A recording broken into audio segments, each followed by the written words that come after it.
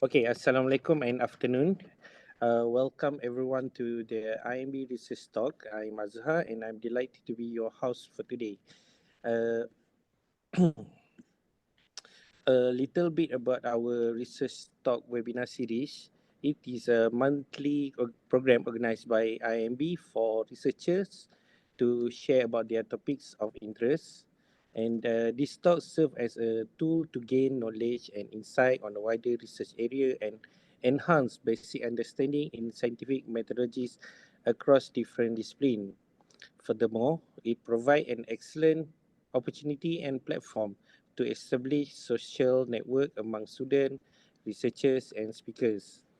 And today we are presenting Associate Professor Dr. Mohd Zulkhairi Mohd Yusoff to deliver his talk entitled Utilization of Biomass for Value-Added Product via Biotechnology Approach. And let me introduce our guest speaker for today. Associate Professor Dr. Mohd Zulkhairi Mohd Yusoff obtained his PhD in Environmental Biotechnology from Kyushu Institute of Technology, Japan in 2013.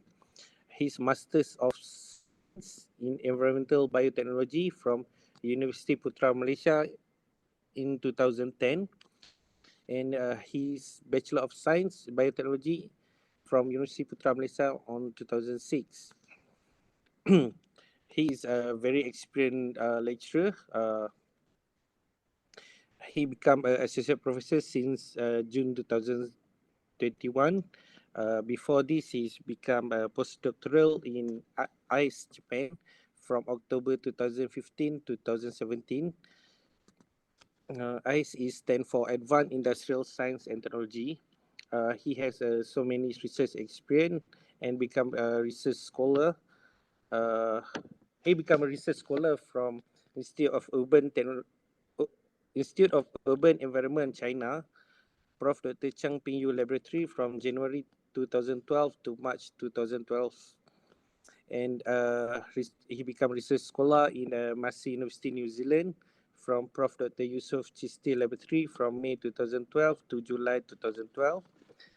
Research scholar in Gebze Institute of Technology, Turkey, from Prof. Dr. Ali Atta Laboratory from August 2012 and October 2012.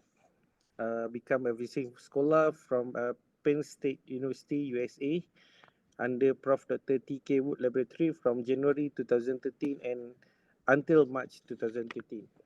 Uh, his specialization is mainly in environmental bioprocess biotechnology, fermentation technology, and waste management and biomass utilization. Without further ado, I welcome Dr. Zul for the talk. Please welcome Dr. Zul. Alhamdulillah, Bismillahirrahmanirrahim. Assalamualaikum warahmatullahi wabarakatuh and good afternoon. Thank you to Mr. Moderator, and I welcome all the audience that presents in today's seminar. Thanks again to Moderator for the long reading my CVs, which is this is some background of myself. Then my name, as mentioned by Moderator, Mohd Zulkhairi Mohd Yusoff, and I'm currently at the Institute of Tropical Forestry and Forest Products, which is one of the institute in UPM. And I'm originally from the Faculty of Biotechnology and Biological Sciences, which is my faculties lah. Then I am now serving as the head of laboratory in this institute. For today's talk, as mentioned by the moderator, we will talk about the general about the biotechnology rules in order to mitigate the pollutions, mitigate the emission, and also how to reduce the amount of biomass that is abundantly available in this environment.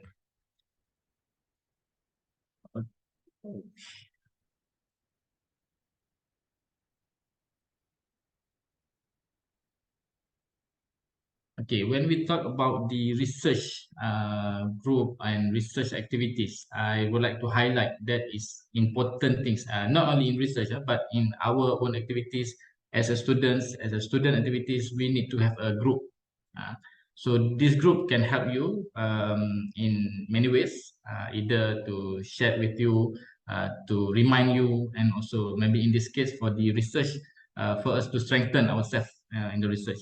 So in UPM, I'm positioned myself in the environmental research group as stated in this slide. So quite busy slide, but just to share with you, we have a few members as a principal researcher, previously headed by Professor Dato Dr. Muhammad Ani Hassan as the head of the group, and currently he is our advisor and headed by Professor Dr. Hidayah Arifin as the research team or as the research leader. So in this group, we work as the name as environmental biotechnology. So we're dealing with the environmental biotechnology related products and also technology. So in different ways, we work with waste materials using biotechnology applications in order to generate some value-added products.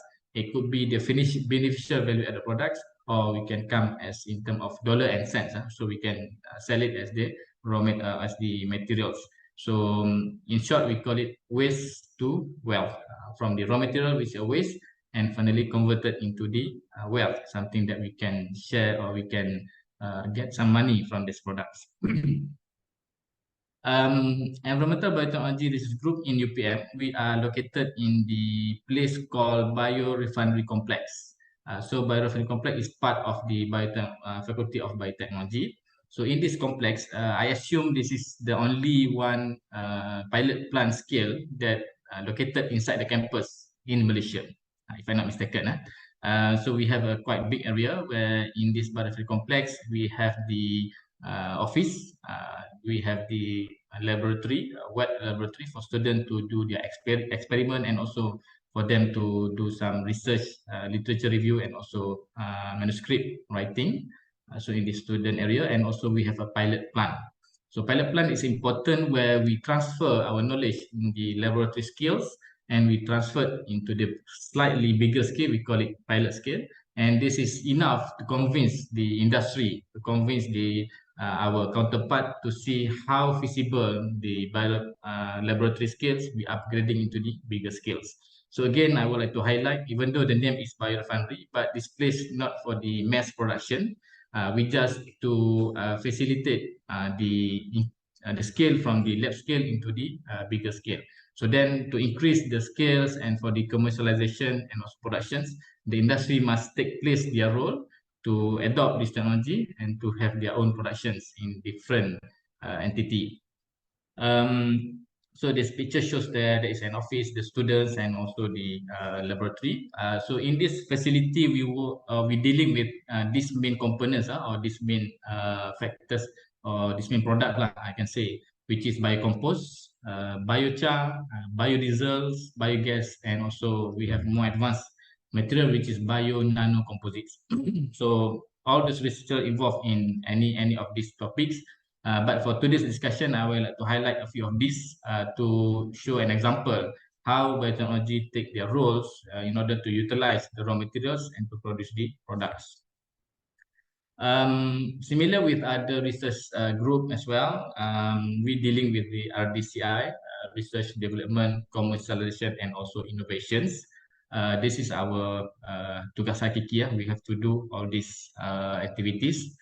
Then also we have the consultancy activity where the industry comes and asks our advice how to commercialize and how to use our technology for their problems in the industry.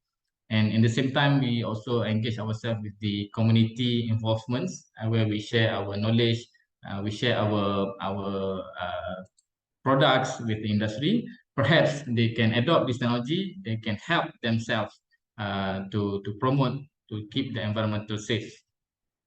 And as I mentioned earlier, on top of research, but this one also consider the showcase facility, then people can come and see how the operation in the slightly bigger scales compared to lab scales. And also in terms of services, we also provide some services for analysis, example. Not too many, but we have some facilities that are available in our complex to serve to the industry and also to the other agencies to do their scientific analysis. in terms of strength, we have a principal researchers. Of course, our main customer or our main support come from the students. We have the postgrad students from PhD and master students, including the bachelor degree students where they come to our facilities or they come to our complex for the final year projects. And in terms of collaborations, we are overwhelmed with the national and international collaborations. As stated here, the variety or the various entity in national level and also international level that work with us.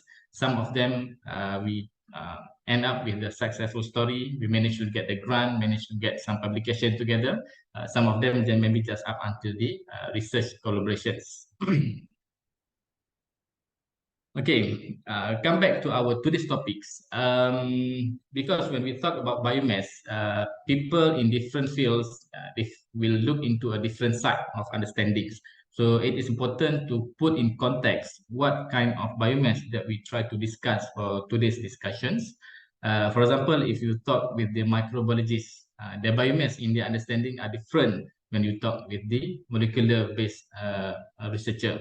So today, the biomass in terms of general definitions, the biomass mean here is the biological materials that derive from either plants or from the animals. Then could be come from the forest crops, come from the residuals, come from the agriculture activities, and also could be come from the industrial and our daily activities. It could be the byproducts or it could be some waste generated from those activities. And from IEA, USA, Bioenergy, they define the biomass referred as various organisms that comes from plants, animals, including the microorganisms. So again, when we talk about biomass with the bioprocessing researcher, they consider biomass is the microorganism that presents in the fermentation products. So for today's topic, I would like to highlight the biomass that we are focusing on today's discussion is the biomass that generated from the human activities, our daily life activities, and also come from industry, which is commonly available in Malaysia. Okay, not every industry. I will highlight certain industry, what type of biomass that is available to take off as the our raw material for the value-added products. Example of biomass. When we talk about biomass here, we talk about non-edible biomass, which is biomass considered as a waste you need to dispose and no longer used for our own activities. And the best way is lignocellulosic biomass, where the biomass is renewable. Okay, when we talk about renewable, when we refer back to our secondary school during our high schools, where when we decide about renewable, that's something that is naturally available. Okay, it can reproduce over the times. An example is sunlight, the wind, the wave, and all those are renewable. So when we talk about biomass, previously maybe nobody assumed the biomass is renewable. But with the current trend, the researcher invented that biomass is considered one of renewable sources for the energy. We can replace fossil fuels. So to be safe, I'm not saying we can replace, but we can substitute as alternative for the fossil fuels. Okay? The biomass comes from the economical perspective, and it is abundance. How abundant it is, later on we will see how much the availability of biomass, which is untapped, underutilized, that is available around us. And it could be alternative fossil fuels for the value-added products. And this is another key point where even though we have raw materials, but importantly, we need to have the efficient technology conversions. Okay, that is research comes in. We have the various types of biomass, we have various types of energy, but which technology can suit with the biomass, then we can produce the product that we want to have. Okay, even though the technology is available, but maybe it's not feasible in terms of economy, in terms of manpower, maybe in terms of the land area. So that is important. We need to find and match the technology and the viability. So the advantage from us is we have abundant biomass available around us. Okay? And it is endless amount byproducts and underutilized. I will give example later on. How do you say how we consume that is underutilized and abundantly available? Okay, so first example I would like to highlight is on the municipal solid waste. This is very close with our daily life, MSW. Okay, MSW is generated, or we are generating MSW every day.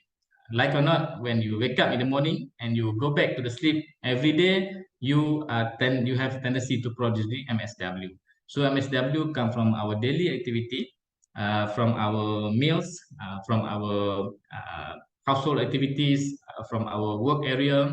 So this MSW keep increasing over the year in term of increasing numbers of populations, and also in term of living standards, lifestyles, and also maybe in term of good and consumptions.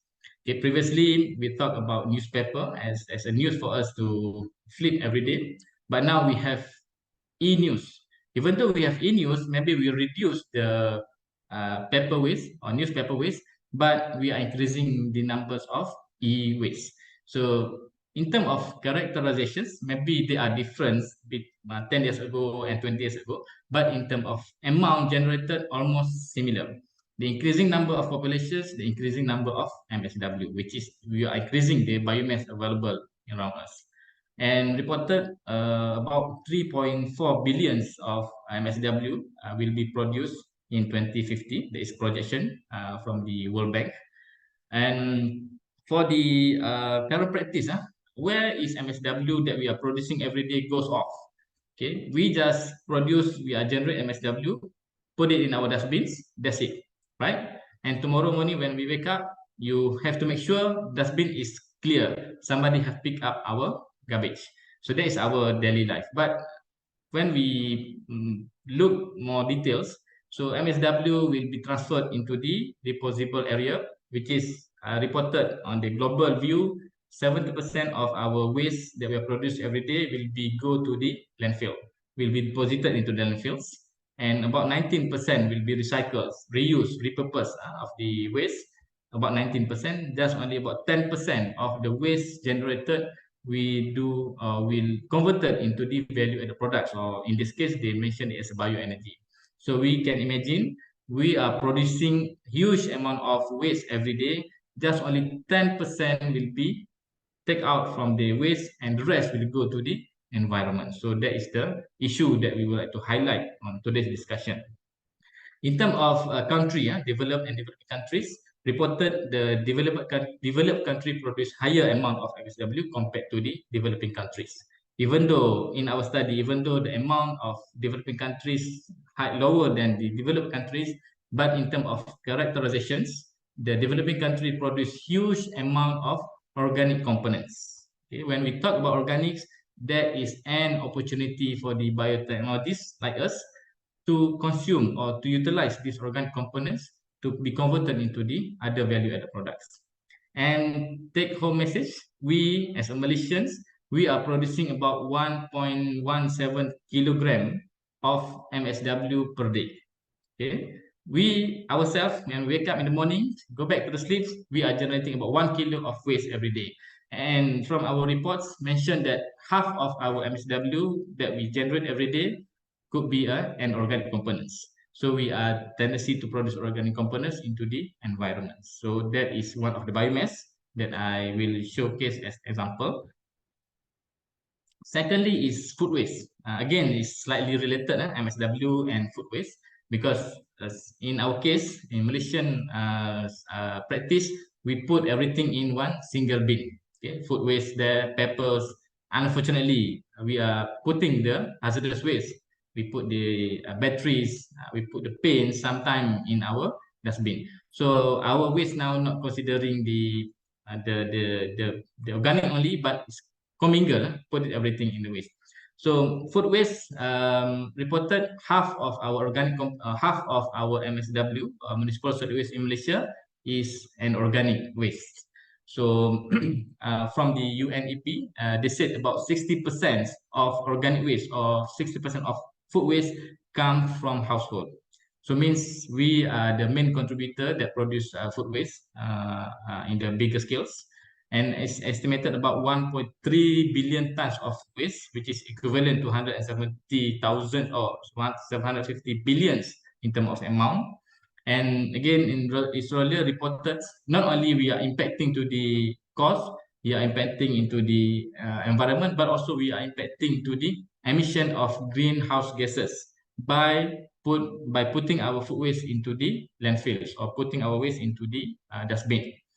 In terms of tonnage, restaurants they are producing higher amount of organic waste compared to the household. Just to share with you, we did a research in local research, which is around UPM, and we realized in order to get huge amount of waste, we should not go for the household. Okay, two reasons. One reason in terms of logistics, because in order to get a huge amount of waste, we have to go to every house to get this waste. And another reason is the amount of waste is not as much as we can get from the restaurants. Okay, I'm not saying that restaurant producing a lot of waste, but actually restaurant they produce huge amount of organic waste due to the preparations, especially those restaurants that selling the buffet menu, so they have to prepare a bit more amount compared to the a la carte menu. So just to highlight on this, in order to get the better food waste amount, we should concentrate on the processing area, which is from the restaurants and also maybe from the food processing, not from the residential.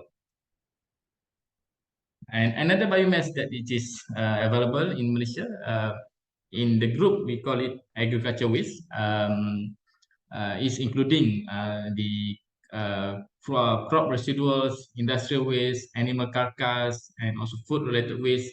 And this one is a whole group where considered is leftover, unusable byproduct from the agriculture operations activities.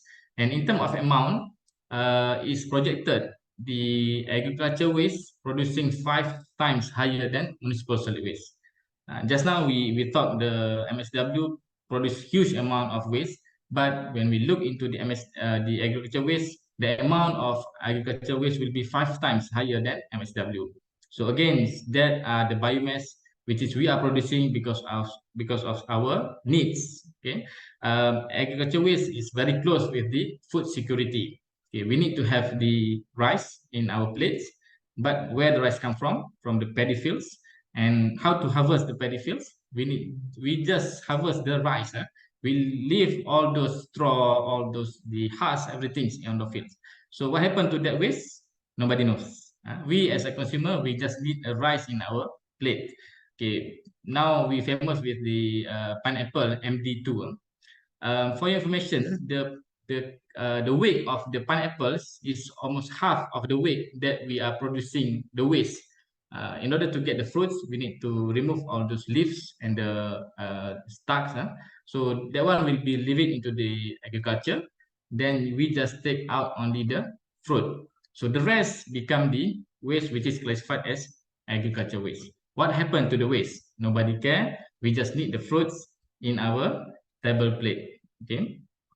And again, in Malaysia, we are blessed with the tropical environments, good climates, and we are the second biggest palm oil producer in the world.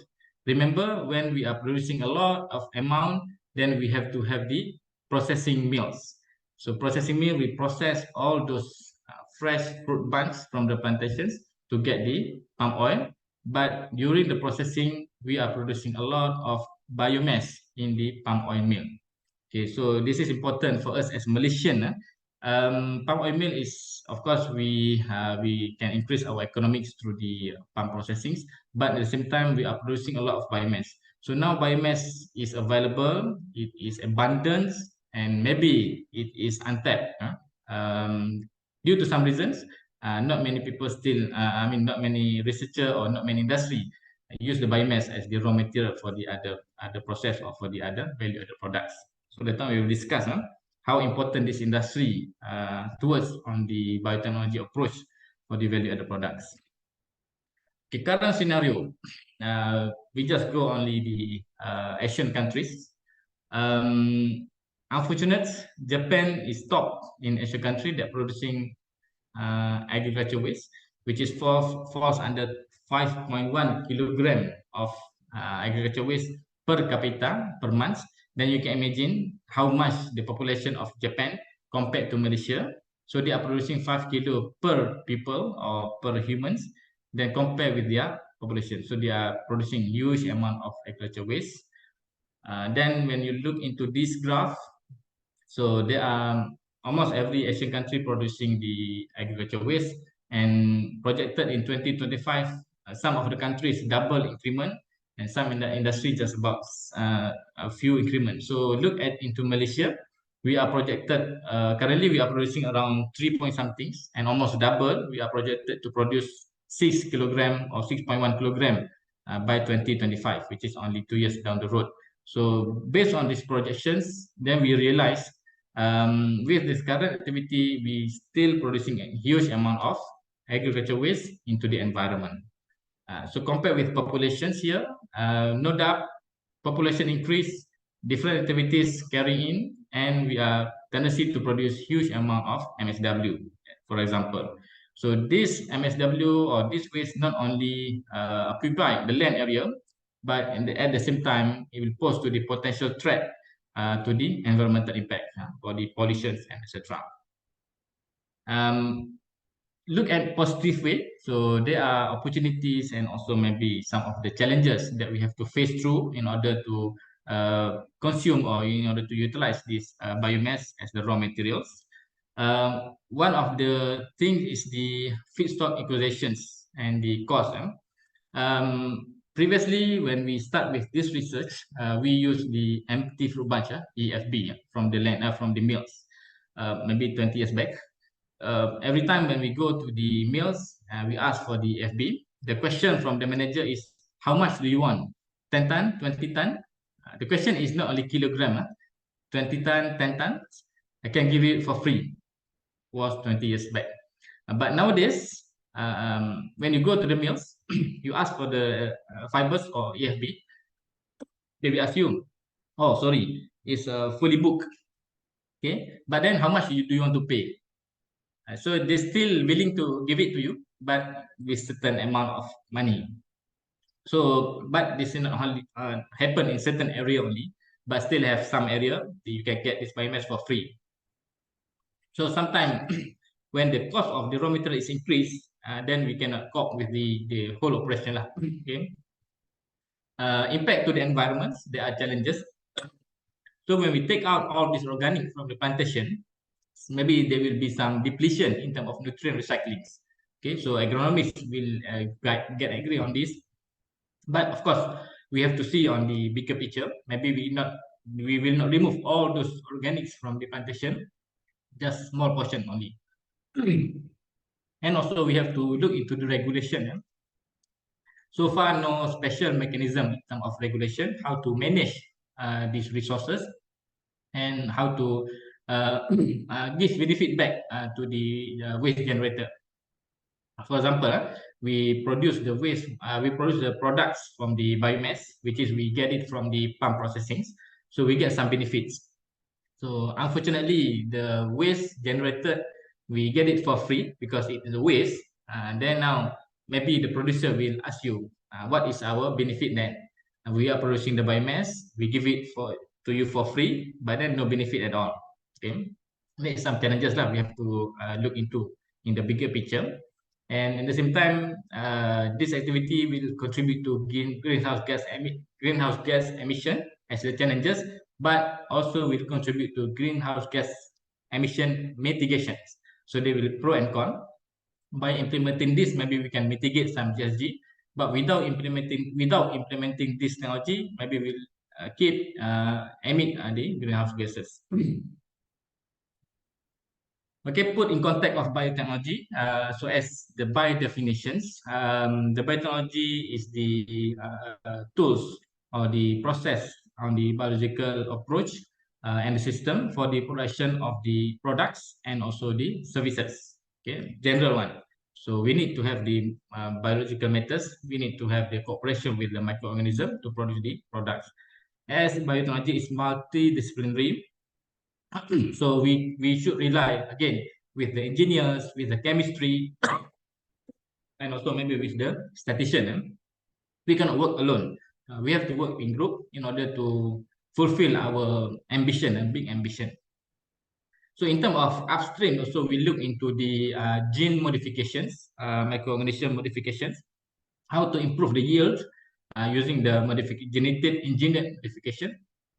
And if you go down to the downstream, how we can package this product as a high value products, not only the showcase but also to promote as a high value products to be used on our society. So give me a moment to think.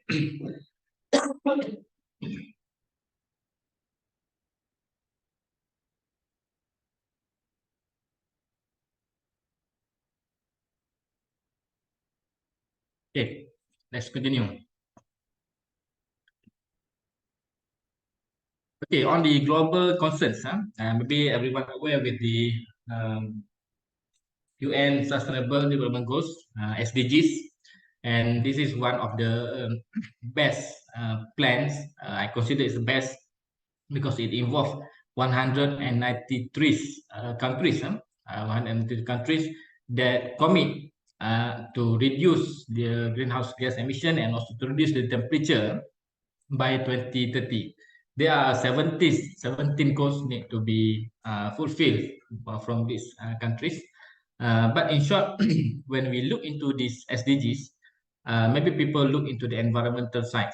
But for information, the goal of this SDG end up until to the sustainable profit or sustainable development, where we go for the economic value, but and when we can save funds to our society and our country. So that is the whole look of the SDG.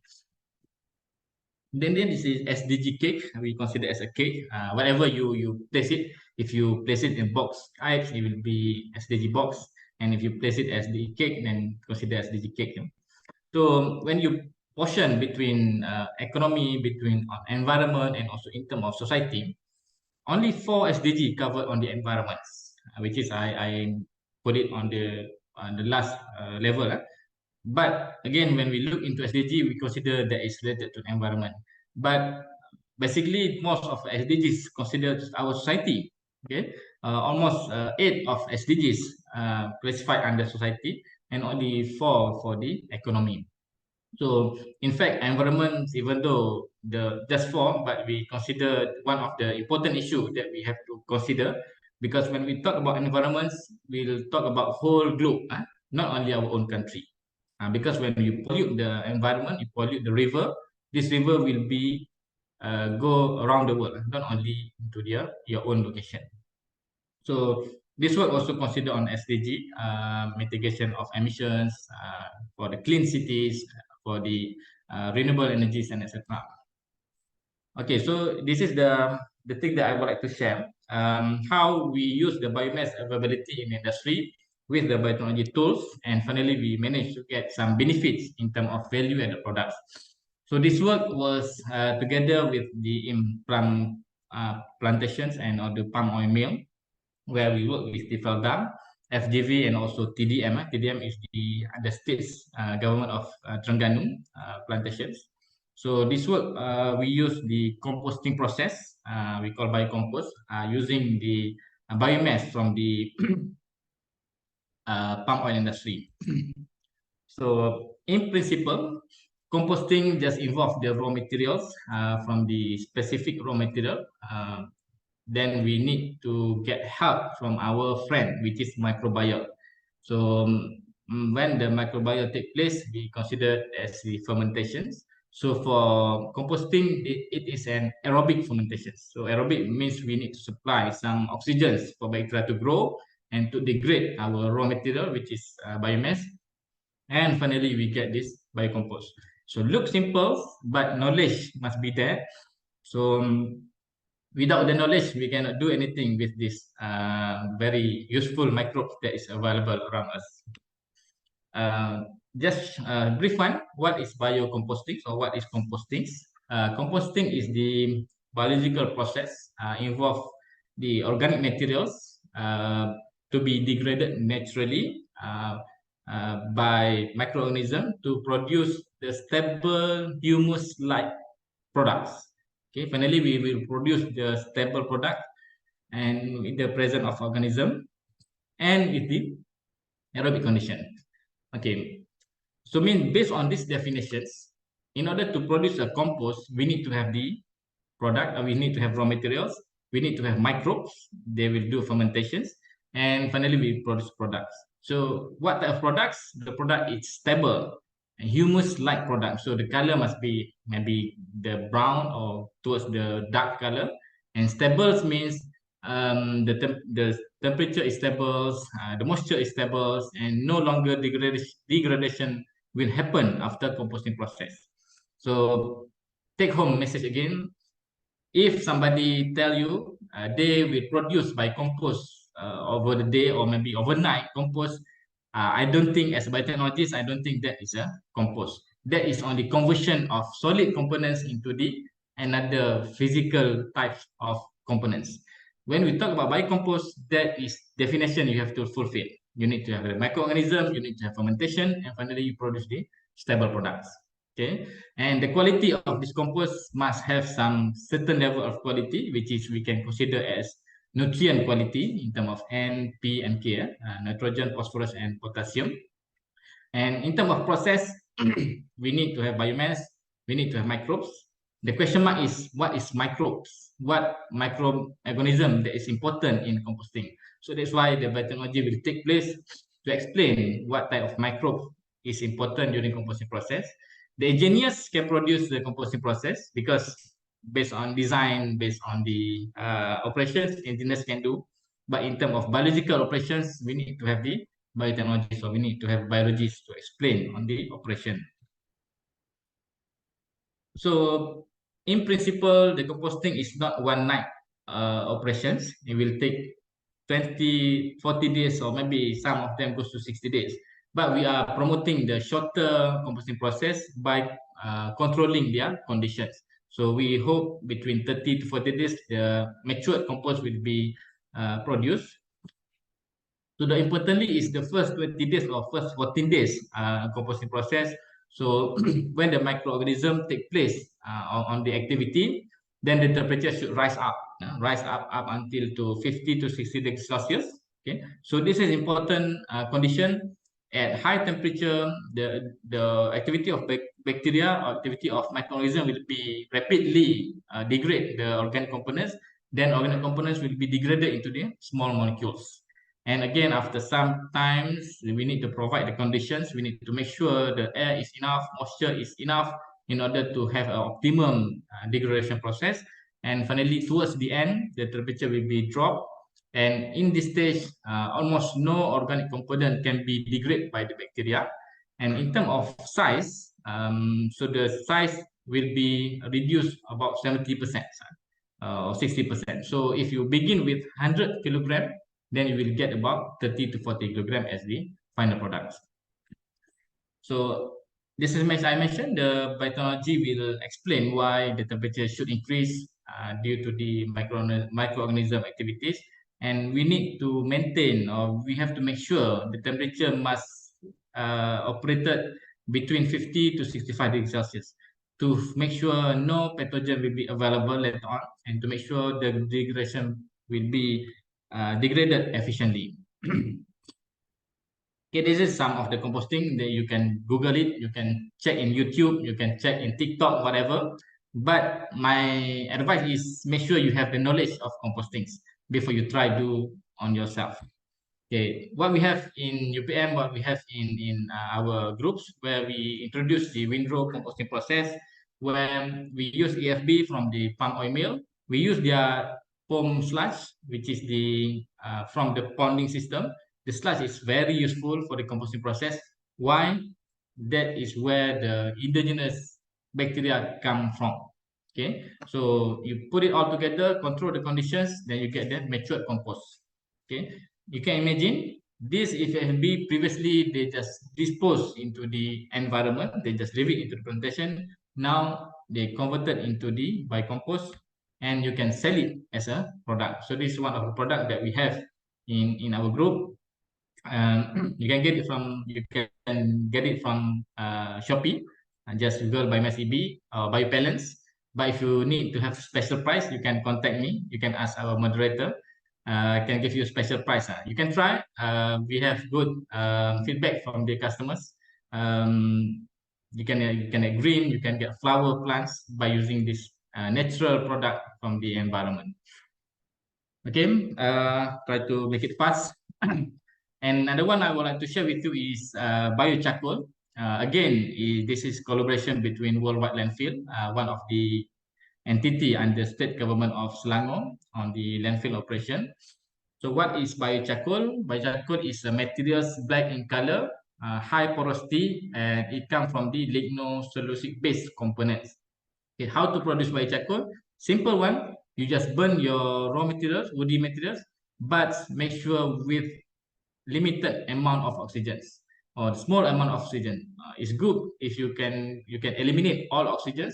You heat it in high temperature, then you will get the biocharcoal, which is we use in our barbecue. You use your coal in a barbecue. Okay, there are a lot of benefit of biocharcoal. Maybe this is you can get it from the literature. High porosity, high surface area, and good and as adsorbents. Then if you use different material as raw material, you will produce different type of products. Okay, the applications. Again, before we go to applications, in terms of productions, we just dealing with temperature. So some certain temperature will give different yield, different amount of products, and different temperature will give different amount of products. But based on our research, certain temperature reduce the yield of the raw material. I mean the yield of the products, but they increase the productivity. So the efficiency of this biocharcoal is higher when you increase up to certain temperature. So what are the applications? So since the biocharcoal is rich in the carbon content, is porous, is large surface area, say it good to be as the absorbents to absorb the materials. So most importantly, we have a lot of water and wastewater treatment industry. So most of this industry actually they obtain the absorbent by importing the raw materials. The cost of importing is expensive.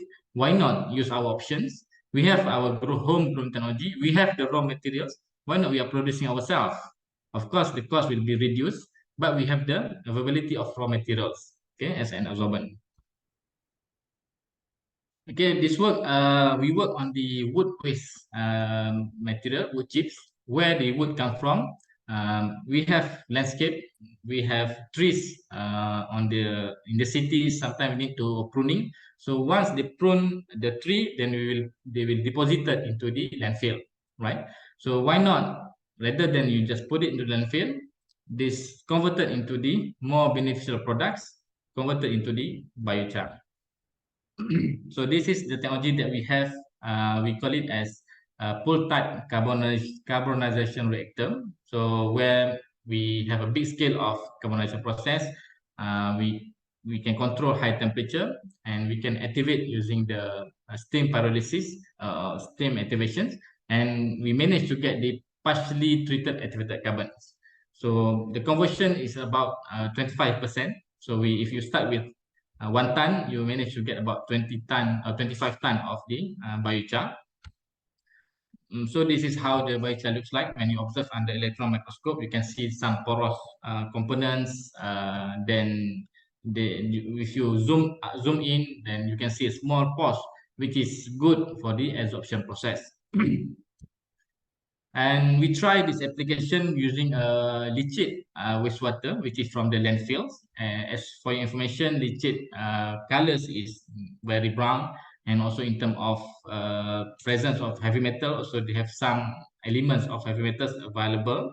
So what we try to assist is, rather than we use the activated carbon from the commercial purchasing from overseas, why not we use our own activated carbon? Then like it or not, we managed to prove that we have enough to reduce the amount of pH, COD, total ammonium nitrogen, and also ammonical nitrogen, including the heavy metals. We managed to remove the heavy metals from the leachate using our own activated carbon. So this is what we portray using palm oil mill effluents. You can see the original color is very dark. And when we use activated carbon, we can reduce the color, because in palm oil effluents, the pigment, just to remove the color as a pigment by using adsorption process. Okay, no need to add any chemicals, no need to add any advanced techniques, just using absorption through activated carbon. Okay, the last one I would like to share, just another maybe 5 minutes on the production of biogas. This work we did with, inside of UPM, we always heard about availability of food waste, but then for your information, it's not straightforward. Even though we have a tonnage of food waste, but in terms of operation, we still need to step back, need to think twice, and how the best way to utilize food waste to produce the biogas. But it's a good approach. We managed to produce energy, but then the operation need to have a very precise strategy in order to implement this application. Okay, a simple one we have not mentioned good, but consider it a self-sustained technology. No electricity required, no machinery required. We just put our food waste in this anaerobic digestion system. It's size about 15 meter cube. Okay, and this is floating tanker. Okay, when they are gas produced, you can see this area will be floated. The gas will be accumulated. When there are no gas available, the lid will be fall down. So it's floated, easily estimate how much gas will be produced. And from this gas, we propose for the cooking fuels. And as I mentioned earlier, the food waste come from restaurants. We are converting into biogas, and the biogas generated we return back to the restaurant as their cooking fuels. So from our calculations, with this amount of size, plus or minus the one restaurant or one cafeteria can reduce about 420 ringgit saving a month. Just consistently, you are using your waste, you reduce the emission to the environment, and you gain some saving from this activity. It is our rough calculations. And now we have a showcase model inside UPM, just beside the restaurants. So we hope this one will be helpful for the, maybe for regulars or from government agency to look into how can we use the waste that is available from restaurants, converting into the energy in terms of cooking fuels. Again, I think that's all. Just come to the conclusions. Paradigm shift is important. Rather than before this, we look the biomass as a waste. Now, please change the biomass is the raw material which is available. Again, need to have the proper management, how to get the consistent supply, homogeneous types of biomass. And again, we talk about technology. I believe we have a lot of technology available, homegrown technology, but the agencies, the industry must come in place, work together with the universities in order to implement on the commercialization skills by using our raw material which is readily available. Okay. Before I end, I would like to just to get some promotions. To advertise our vacancies for the students. We're looking for the PhD and master students, one on the biopulping, enzyme technology, and also from the bioprocessing, and another one on the bamboo nursery. We have the allocation for allowance, but we need to have students work with us for the masters and PhD positions. So you may contact me directly, or you may contact the PIC, which is stated in this poster. Okay, that's all from me. I would like to thanks again to the organizer teams for inviting me for this session. I would like the knowledge that I shared today will be replicated, and you can share with others and to get benefit from both parties. Okay, that's all from me. Thank you very much. Back to the Mr. Moderator, Mr. Azhar. Thank you, Associate Professor Dr. Zulkhairi, for the interesting presentation. Now we open for Q&A for the Q&A sessions. And we have one in chat box from Dr. Hyo Cheng Chin. Dr. Hyo Cheng Chin is our IMMB director, for your information. So the question is, may I know what is the source of the sludge that was added into the fruit bunch? Okay, thank you. I believe this the who asked the question, Dr. Hyo Chong, may be familiar with the composting process. We take from the industry itself. So if you remember, when they do a wastewater treatment, they will go to the ponding system, and it will take about 90 days before they discharge to the river stream or to the environment. But within 90 days, the ponding system will be accumulated with sludge in the bottom. So the sludge, in principle, of course, it is biomass, a lot of microorganisms. So rather than in industry, every 6 years they will desludging. They remove the sludge, then they throw into the landfills. Now we propose, rather than you just dislodging and throw into landfill, that is the source of microbes. Just adding the sludge into the FV, consider as a biomass, a source of inoculums, and also consider source of water moisture. So the answer is sludge from the ponding system. Okay, thank you, Prof. Zul, here and here. Yeah, thanks for your excellent presentation. And I have learned a lot from your talk just now. Just may I ask one more additional question regarding the sludge? So you use the sludge and mix with the fruit bunch. Is there any microbiological tests on the sludge itself, whether or not we know whether they are harmful pathogens from the sludge, and is it safe to mix with to use it as a fertilizer in the plantation? So that's my question. Thank you. Right, good questions.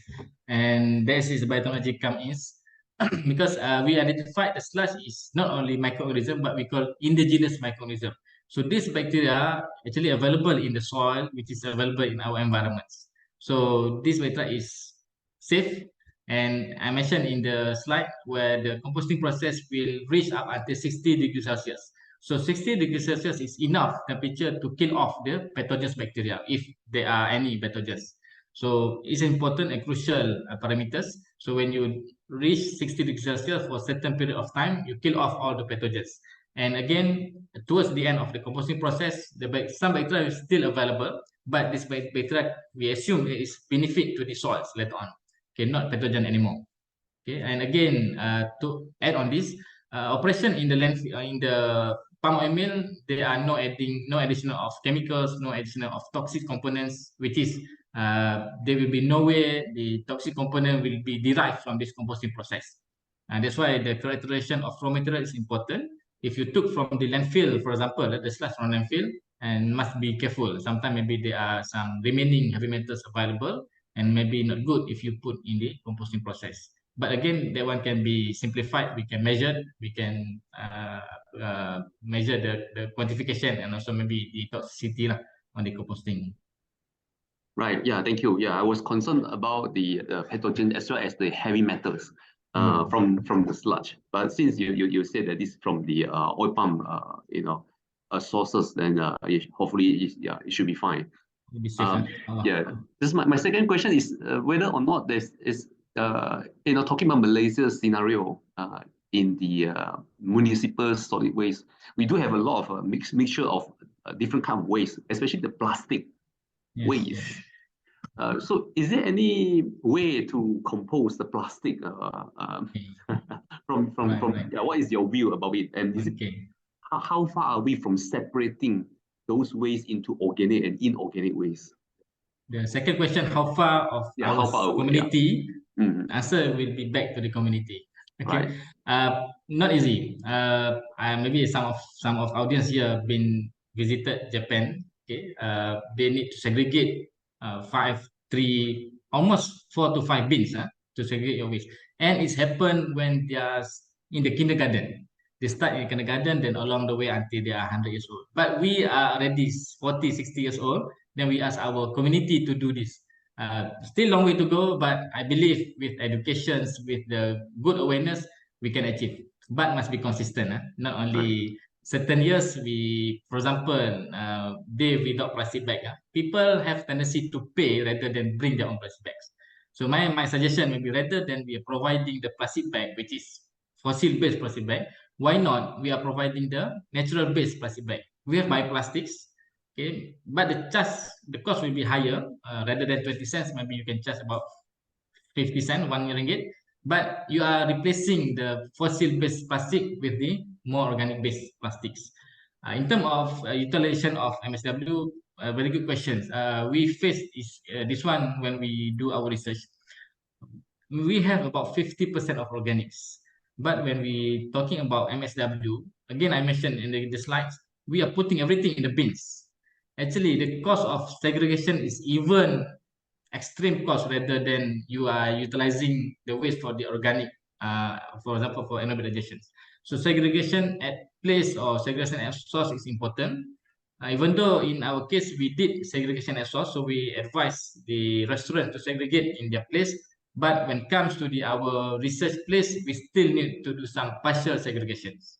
Okay, believe me, we still found the forks, spoons in our organic waste. So if this comes to our fermentation, accumulated in our fermentations, and will be reduce the efficiency later on. So most importantly is education, awareness, and segregation at source is important. That's why we divert rather than we go to the household, better we go to the restaurants. Because restaurant, we just control only one single owner. But if you're talking about household, you have to consider 100 owners with different habit, different arguments. Okay. Right. Thank you, Prof. Thank you. Thank you. Welcome.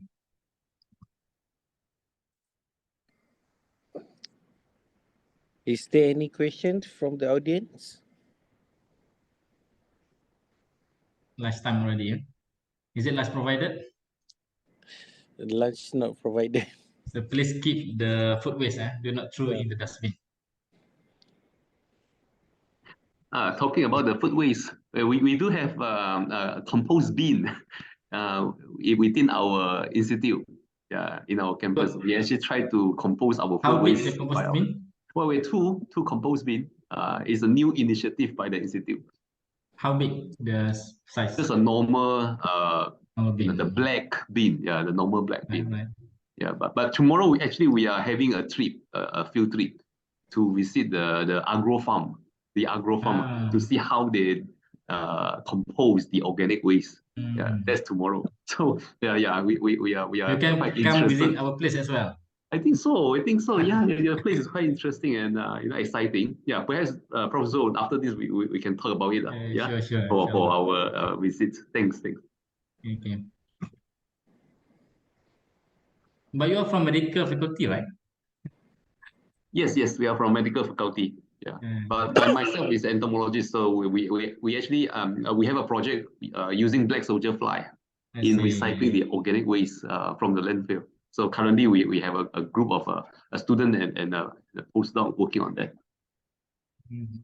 But it's good to also look at your facility, perhaps in the future for collaboration. Yeah, thank you. Yeah, better, inshallah. Yeah.